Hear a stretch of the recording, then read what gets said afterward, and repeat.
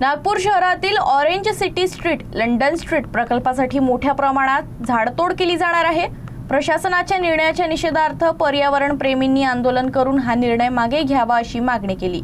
शासनाने फेरविचार न केल्यास तीव्र आंदोलन करण्यात येईल असा इशाराही देण्यात आला आहे। सरकार विकास प्रकल्पाच्या नावाखाली शहरातील वनसंपदा नष्ट करून पर्यावरण नष्ट करत आहे असा आरोप करत पर्यावरण प्रेमींनी रविवारी नागपुरातील जयप्रकाश नगर परिसरात आंदोलन केलं।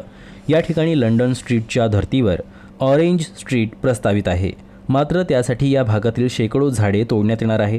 त्याचा निषेधार्थ हातात बॅनर आणि पोस्टर्स घेऊन नागरिकांनी झाडे वाचवण्यासाठी मागणी प्रशासनाकडे केली।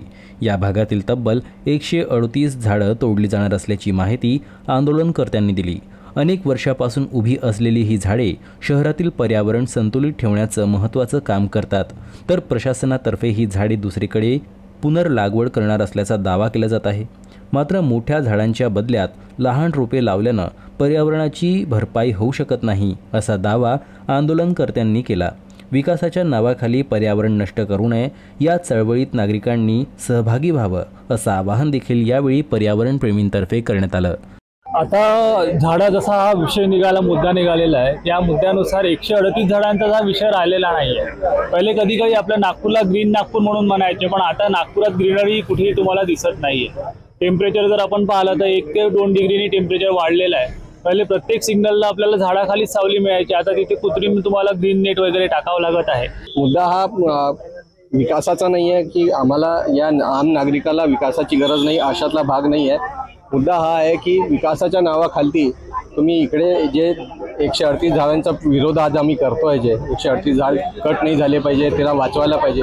प्रश्न हा 138 झाडांचा नाहीच आहे, हा प्रश्न आहे 10,000 झाडाचा। जिथून आपला रेडिसन ब्लू पासून तर बाजार चौकपर्यंत हा पूर्ण लंडन स्ट्रीट म्हणून डेव्हलप करत आहे। पण त्या डेव्हलपमेंटसाठी ही डेव्हलपमेंट खरंच आमच्यासाठी आम नागरिकांसाठी इतकी गरजेची आहे का की जे झाडे तोडून हे डेव्हलपमेंट करायला पाहिजे। हा एक मात्र जो पॅच दिसतोय तुम्हाला, हा आता इथे या एरियामध्ये राहिलेला आहे। लक्ष्मीनगर झोनचं जर तुम्ही आता बघाल एन्व्हायरमेंट स्टेटस रिपोर्टमध्ये, तसे हिरवळ या एरियामध्ये कमी झालेली आहे। हे जे दाखवतात आहे की पीयू लँड पब्लिक युटिलिटी आहे, पब्लिक युटिलिटी बिलकुल नाही, कारण सामान्य माणसाचा याच्यात फायदा नाही आहे। कमर्शियल आणि पर्सनल गेन्स आहे, रेसिडेन्शियल हे म्हणजे पब्लिक करता नसतं, आणि पर्याय वृक्ष लागवड कधी पण या झाडांचं कॉम्पन्सेशन करू शकत नाही। तर तुम्ही पब्लिक युटिलिटीमध्ये जे दाखवता आणि मग तुम्ही एन्व्हायरमेंटल क्लिअरन्स जे आहे, तुम्ही एन्व्हायरमेंटल क्लिअरन्स पण बायपास करताय।